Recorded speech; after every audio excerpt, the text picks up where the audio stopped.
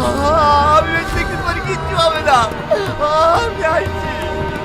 পরি কি তাহলে এবার সত্যি সত্যি অমাবস্যা রাতে মাসিমার হাতে বলি হবে? বিস্তারিত জানতে সম্পূর্ণ ভিডিওটি দেখতে থাকুন। পরীর ভালোবাসা নাটকের পার্ট 2 কবে প্রচারিত হবে এবং এই নাটকে কি সব ঘটতে চলেছে তার অগ্রিম খবর নিয়ে চলে এসেছি। গাইস, পরীর ভালোবাসা নাটকের পার্ট 2 কেউ মিস করবেন না, কারণ এই নাটকের আপনারা দেখতে পারবেন অবশেষে টনি যখন জানতে পারবে যে টনি বদলে অমাবস্যা রাতে রীতির মাসিমা রীতিকে বলি দিতে যাবে, ঠিক তখনই টনি আর ওখানে অপেক্ষা করবে না, টনি দৌড়ে রীতির কাছে চলে যাবে। এখানে আপনারা অনেকেই প্রশ্ন করতে পারেন যে রীতির ঠিকানা টনি কিভাবে পাবে? রীতি তো হচ্ছে একটি পরী, আর এই পরীর ঠিকানা টনি একটা মানুষ হয়ে পাওয়াটাই তো স্বাভাবিক। আসলে গত পর্বে আপনারা দেখতে পেরেছেন রীতি যখন টনিদের বাড়ি থেকে বেরিয়ে যায় তখন কিন্তু সে একটি চিঠি লিখে যায়, আর ওই চিঠিটি যখন টনি পড়তে থাকে তখন টনি সব কিছু বুঝতে পারে এবং ওরা শেষ হওয়া মাত্রই চিঠিটিকে দেখা যায় হাওয়ায় উড়ে যায়। আর এটা হচ্ছে টনি প্লাস পয়েন্ট। টনিকে দেখা যাবে টনি ওই চিঠিটির পিছু পিছু দৌড়াতে থাকবে এবং চিঠিটি যেখানে